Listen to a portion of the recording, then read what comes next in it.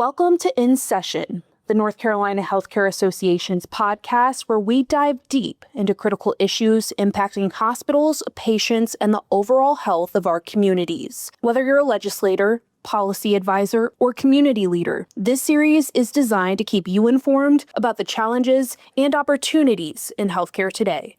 Here's your host, Anthony Okunak, Vice President of Finance and Financial Policy. Hey there, thanks for joining us. North Carolinians rely on hospitals in their community to provide the care they need when they need it. The Healthcare Access and Stabilization Program, also known as HASP, ensures hospitals can cover the cost of the care they provide, as baseline Medicaid payments do not fully cover the cost of care. Through the program, hospitals can continue to provide high-quality care, stay financially stable, and invest in resources like staff, technology, and community health programs. This is making a difference, especially in rural and underserved communities, so people can have access that is closer to home. Our guest today is no stranger to serving rural communities. David Pope is the president and CEO of Scotland Healthcare System in Laurinburg, North Carolina. Before that, he served as the chief operating officer and senior vice president of operations for the system and was interim CEO at Avant Health Polk, formerly St. Luke's Hospital in Columbus, North Carolina. David spent some time in Morganton as well. Since 2023, David has seen how HASP has positively impacted Scotland Healthcare System and the greater Scotland County community. Thanks for joining us today, David. Well, thank you, Anthony. It's a real honor to be here. I'm just happy to be able to provide some insight into what we're seeing here in Laurinburg and sort of the greater southeastern North Carolina area. Thanks, David. Happy to have you today. So, David, before we jump in, sometimes there are misunderstandings around HASP, how it works, and where these funds come from. So I think what's important about this program is not really just getting into HASP, but the Medicaid program in general. I think there's misunderstandings around that as well. So Medicaid is a program that is jointly funded through state and federal funds. And really, it's mainly funded through federal dollars. In North Carolina, actually about 65% of Medicaid funds are funded by the federal government. So at times, states use other sources besides their own state funds to fund Medicaid payments. And the funds that the state would use, if they didn't use other sources, would usually be tax dollars on constituents, which is not the case with HASP, right? They're not using their general fund. They're not using tax dollars that are on constituents. Instead, hospitals are putting up the state share to draw down the federal funds associated with HASP. And so it means that hospitals can pay for Medicaid services without relying on state tax dollars or on constituent tax dollars. Another example of this in North Carolina is actually expansion. The General Assembly levied the expansion tax on hospitals. They pay that non-federal share that lets us draw down about $6 billion from the federal funds to cover about 600,000 North Carolinians. I know there's a lot of articles out there about what HASP actually is, so just wanted to make sure for those who weren't aware, we could really get the proper message out there in terms of how, hospitals are really paying for this to ensure that, you can provide the services that you need to. Yeah, no, I appreciate that, Anthony. There's a lack of real understanding about some of these programs, and folks, I think, don't understand that with Medicaid expansion and with HASP, that the hospitals are paying for the incremental dollars needed to be able to access these programs. We're happy to do that because it's a benefit to our communities. But it doesn't mean that the individual taxpayers have to pay any more. It's taking advantage of, the great federal programs that are in place. And just to give you a sense, Anthony, almost a quarter of the patients that we care for here at Scotland Healthcare System are folks that are uninsured and covered under the Medicaid program. And so under a traditional Medicaid payment model, that is one that doesn't include the HASP funding, our cost to provide care to those patients is actually more than what Medicaid pays for that care. To put it simply, if we're caring for a patient and every additional patient that we care for under a traditional Medicaid model, it is money that we end up losing. And so really the Hospital Access and Stabilization Program, that's the HASP that we've been talking about. It's been crucial to ensuring that we can offer the wide range of comprehensive services that are needed by our Medicaid patients while remaining financially sustainable for the future. One of the things that we talk about here is making the right decisions for our communities 30 years into the future. So it's really important to us that we're good stewards, and the HASP funding is something that allows us to be able to make the right choices to provide the care, but also to be able to be around for the next 10 or 20 or 30 years when they need us. Yeah, that's spot on. I think really educating on just the amount of government payers that hospitals see, and then really what those funding mechanisms look like around those government payers. And as you said, in a lot of instances, they fund hospitals at a deficit. So on top of caring for these patients, we do say here at NCHA that, we know that HASP has allowed hospitals to expand service lines, especially, in rural areas where they can have access closer to home. Has this been the case for Scotland Health? It has. And one of the programs in particular that we're really proud of is, and this was a board-led initiative that they felt very strongly about, we established in 2024 a new maternal and child health initiative to be able to provide additional services to expecting mothers and newborn children with the goal of ultimately improving the health outcomes.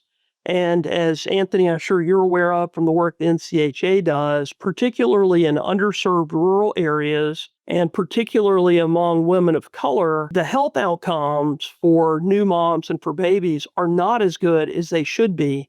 And in some cases in rural areas, the health outcomes are actually worse than other countries that we tend to think of ourselves, as much more advanced past. So we established this initiative, the Maternal and Child Health Initiative, with some of the HASP funding dollars. A portion of that money was set aside purposefully, and then the investment income that comes from that supports the cost of adding additional teammates, employees. So nurse navigators, a breastfeeding consultant, a community health worker. And what we like about having set the program up that way is it's self-funding in a sense, because the earnings from the investment provide that line of funding for this community health initiative, something that otherwise, there'd be no funding at all to pay for. And it just raises the point that even with insurance, whether it's Medicaid or Medicare or private insurance, there are many services that are needed by our patients and by our communities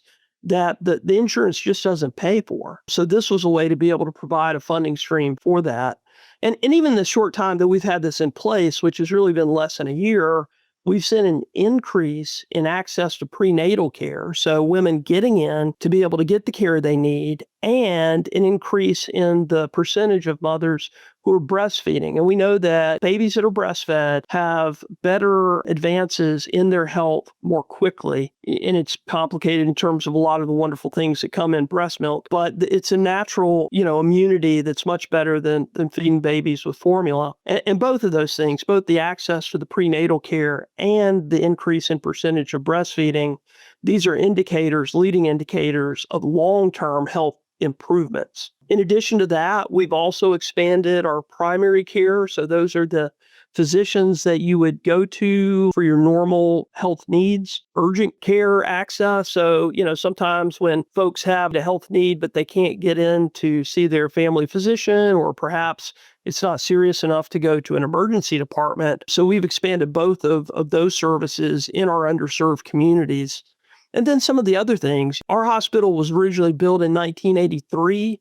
And so some of the HASP funding has been used to renovate and to expand the hospital since then to make sure that, 40 years from now, we're able to continue to provide these services. And then some of the diagnostic equipment that we use is we've seen advances in technology like MRIs.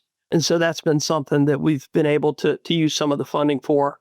In essence, all the things that a hospital, particularly a rural hospital, really needs to deliver excellent care to its community, that's the sort of thing that this HASP funding has gone towards. We're really thankful that we've been able to meet this need here in our community, launch this new program, the Maternal and Child Health Initiative. And then there's, several other things that we've got going on that I'd love to tell you about. You bring up a lot of good points. We are a state that is heavily rural. I think we're the second largest state in terms of rural population behind Texas. Anybody wants to make sure they have good healthcare close to home. And I know you mentioned the MRI machines. Obviously, technology is growing, but also that is expensive. So, working at the association here, I'm obviously proud of what we can do with our members in helping programs like this and help try to get funds for this so we can make a difference for individuals in their lives close to home. So I appreciate all that. You mentioned a couple other programs. Scotland Health was able to address a need within its community and launch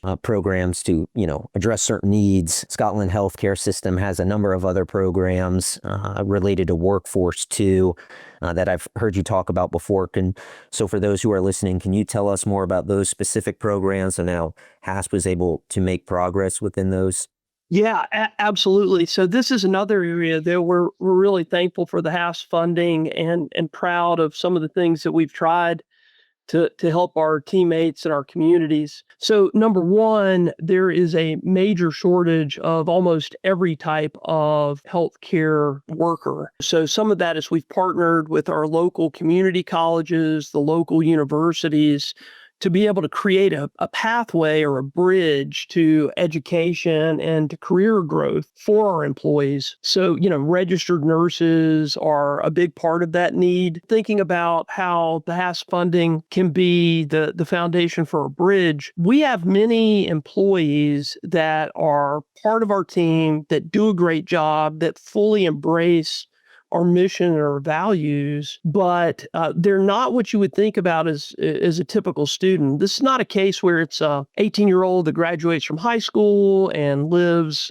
with their parents and goes back to the local community college to become a nurse. And that's a 2-year program, and then they're, maybe out on their own. So a lot of our employees are folks that are in their late 20s, 30s, 40s. They already have families. They have family obligations. They may even have children who are in school themselves and away at college. And so the Legacy Scholarship Program, which is something that's been funded in part by the HASP funds that we've received and in part by local community charity where folks have contributed to this, including our own teammates, our own employees. So that's a bridge to get over the gap for those employees that want to become nurses, but they have those other responsibilities that makes it just unattainable at the time. Very few people that are working that have families can stop working, take time off, pay the tuition to go back to school.